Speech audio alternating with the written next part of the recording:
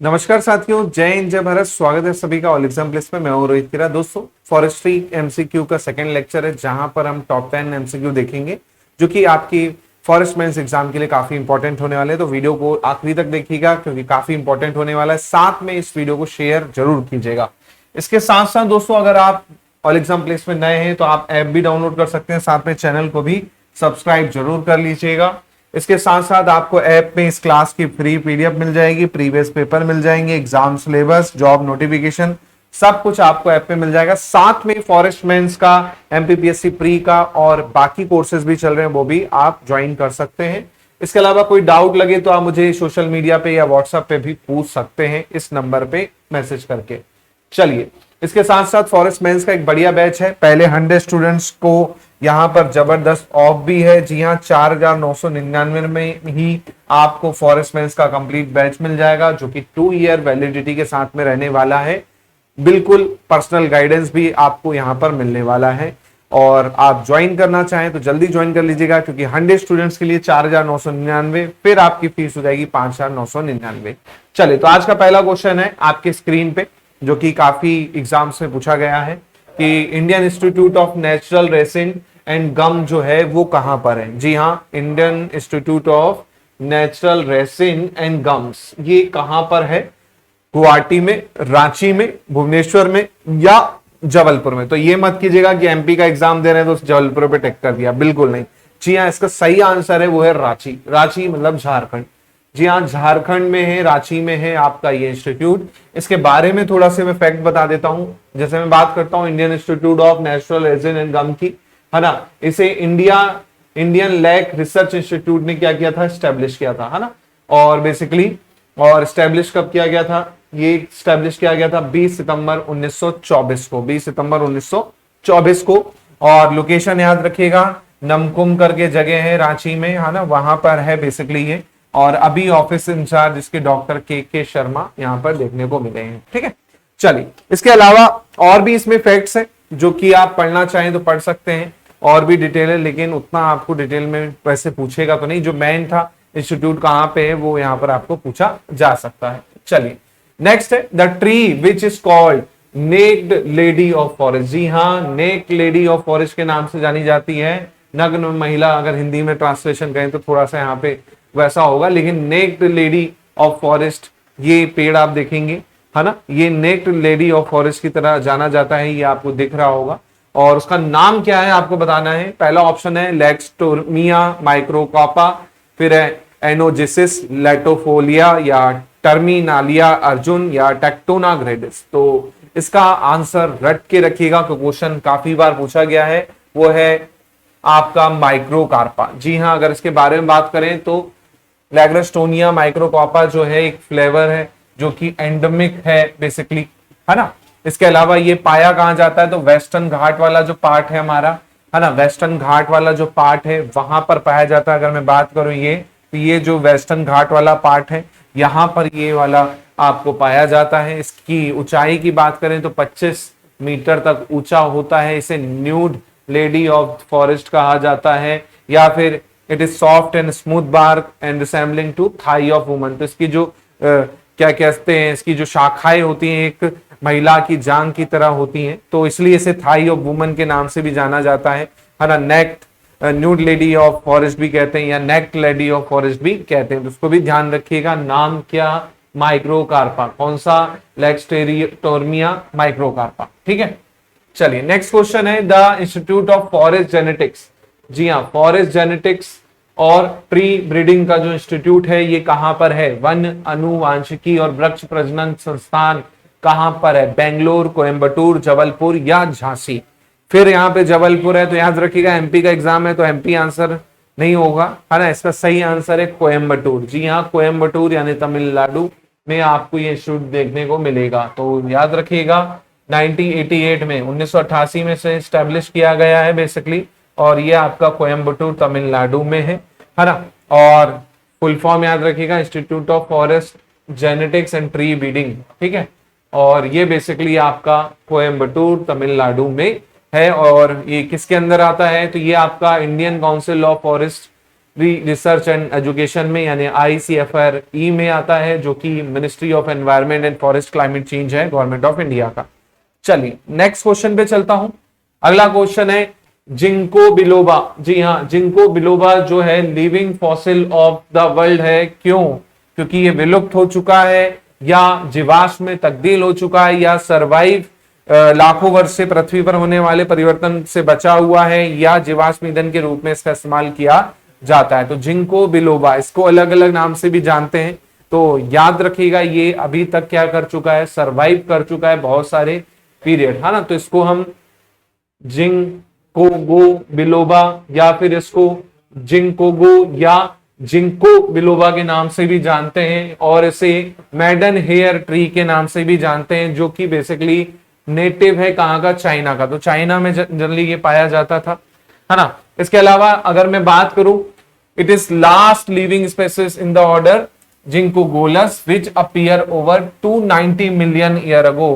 भैया ये जो ट्री है 290 मिलियन पहले भी पाया गया था, तो जाहिर सी बात है तो काफी समय से ये चल रहा है। और ये fossil very similar to the living species, जो फॉसिल है जीवाश्म में, उसी के समय के भी जीवाश्म है। आप सोच सकते हो कितना पुराना ये पेड़ है ना। और बाकी तो आप देख ही रहे, इसे कल्टीवेट किया जाता है था, ह्यूमन हिस्ट्री में दिखाया गया है, और कॉमनली प्लांटेड है, तो याद रखिएगा।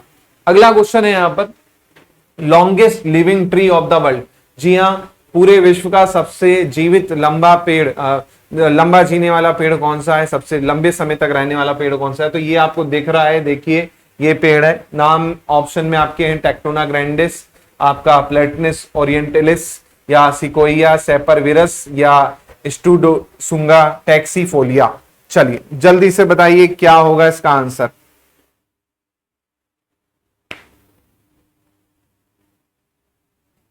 चलिए जल्दी से आंसर कीजिए। बिल्कुल इसका सही आंसर है सिकोइया सेमीवेरेंस। ठीक है, सेपरवेरेंस ये जो पेड़ है बेसिकली आपका सिकोइया साइप्रेस फैमिली से बिलोंग करता है बेसिकली आपका, है ना। इसका अगर मैं नाम देखूं कॉमन वर्ड, तो कोस्ट रेडवुड या कोस्टल रेडवुड या कैलिफोर्निया रेडवुड, जो रेडवुड है बेसिकली वही है ये, है ना। और ये 1200 से 2200 साल के लगभग आसपास लंबा देखने को मिला है जीवन इसका।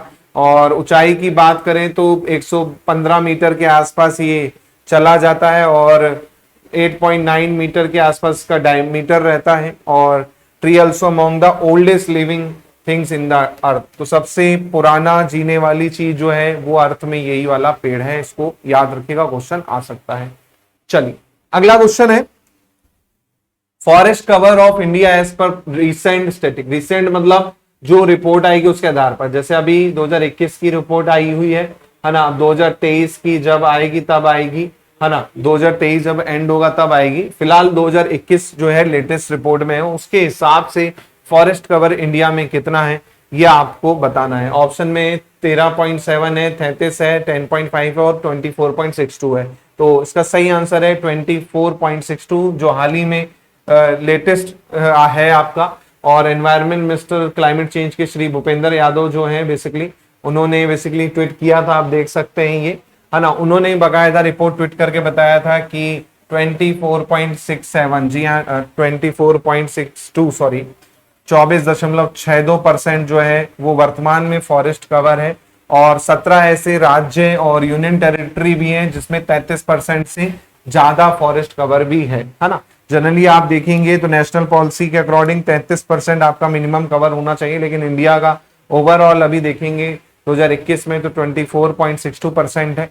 और कुछ 17 ऐसे राज्य हैं और यूनियन टेरिटरी है जिसका 33% के भी ऊपर है। तो इसको भी याद रखिएगा, हो सकता है क्वेश्चन आपको बन जाए। ठीक है, इसके बाद बात करते हैं वर्ल्ड एनवायरनमेंट डे। जी हाँ, हाल ही यानी परसों ही था वर्ल्ड एनवायरनमेंट डे 5 जून को, है ना। तो ये आप सभी को पता होगा, मेरे हिसाब से सभी ने देखा होगा, तो मैं इसमें ज्यादा वो नहीं करूंगा।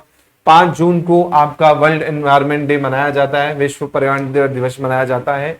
और अगर मैं इनकी थीम की बात करूं और होस्ट किसने किया वो भी बता दूं, जैसे 2019 की थीम थी बीट एयर पॉल्यूशन, चाइना ने होस्ट किया था। 20 की थीम थी टाइम फॉर नेचर, कोलंबिया ने होस्ट किया था। 21 की थीम थी इकोसिस्टम रिस्टोरेशन, पाकिस्तान ने होस्ट किया था। 2022 की थीम थी ओनली वन अर्थ, स्वीडन ने होस्ट किया था।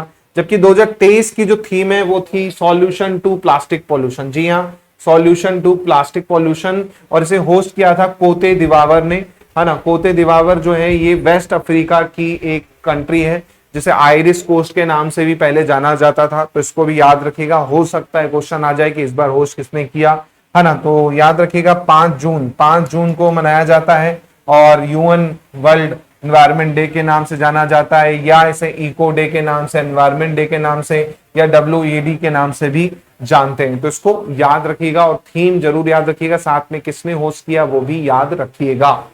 चलिए नेक्स्ट क्वेश्चन है, फर्स्ट कंजर्वेशन एक्ट। जी हाँ, वन संरक्षण अधिनियम पहला जो था कब पारित किया गया, है ना। तो ऑप्शन में है 72/2/1988 या 1980। तो याद रखिएगा पहली बार ये पारित हुआ था 1980 में, 1980 में पारित किया गया था फॉरेस्ट कंजर्वेशन एक्ट जो था बेसिकली, है ना, 1980 में। और इसे अमेंड किया गया था, देखो 1988 में, 1992 में इसे अमेंड किया गया था, जाहिर सी बात है। और ये बेसिकली ओवरऑल पूरा का पूरा जगह फैला हुआ है, और 5 सेक्शन इसके अंदर है ना। इसमें कितने सेक्शन है? 5 सेक्शन है, याद रखिएगा। 25 अक्टूबर 1980 को इसे पारित किया गया था, फॉरेस्ट कंजर्वेशन एक्ट, याद रखिएगा। अगला क्वेश्चन है कि the forest conservation act was amendment in which year. Amend कब किया गया? अभी मैंने बताया अमेंड कब किया गया। फॉरेस्ट कंजर्वेशन एक्ट जो है उसे अमेंड किया कब किया गया, उसे संशोधित कब किया गया?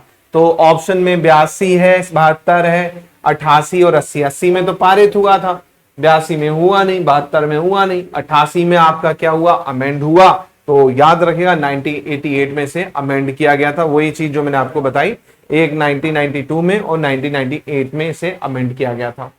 चलिए लास्ट क्वेश्चन आज की क्लास का, वन महोत्सव किसके द्वारा शुरू किया गया? पिछली क्लास में क्वेश्चन था कि वन महोत्सव कब मनाया जाता है, तो इस तरह से क्वेश्चन आपको पूछा जाता है। जुलाई में जो फर्स्ट वीक होता है वो वन महोत्सव के रूप में मनाया जाता है।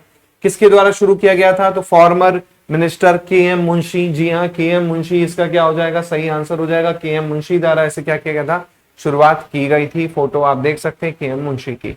इसके अलावा और भी फैक्ट जैसे मैं बता दूं भाई, ये स्टार्ट कब हुआ था और कब इसका होता है डे, तो 1 जुलाई से 7 जुलाई यानी फर्स्ट वीक ऑफ जुलाई जो होती है वो वन महोत्सव के रूप में मनाया जाता है। 1950 में इसे स्टार्ट किया गया था। KM मुंशी उस टाइम पे मिनिस्टर थे एग्रीकल्चर एंड फूड के, तब उन्होंने ये स्टार्ट किया था। और इसमें कहा जाता है कि भाई जितने सिटीजन है इस पीरियड में जो वन महोत्सव का समय है उसमें क्या लगाएं? पेड़ लगाएं, ज्यादा से ज्यादा और अच्छे से हमारे उसको ग्रोथ करें फॉरेस्ट को। तो ये थी आज की क्लास जहां पर हमने टॉप 10 क्वेश्चन देखे और उससे रिलेटेड फैक्ट देखे। होपफुली आपने एंजॉय किया, तो प्लीज लाइक शेयर जरूर कीजिएगा। मैं मिलता हूं अगली क्लास में। जय हिंद, जय भारत। साथ में प्लीज कोर्स चल रहा है, वो ज्वाइन करना चाहें तो वो भी ज्वाइन कर सकते हैं। जय हिंद, जय भारत, धन्यवाद।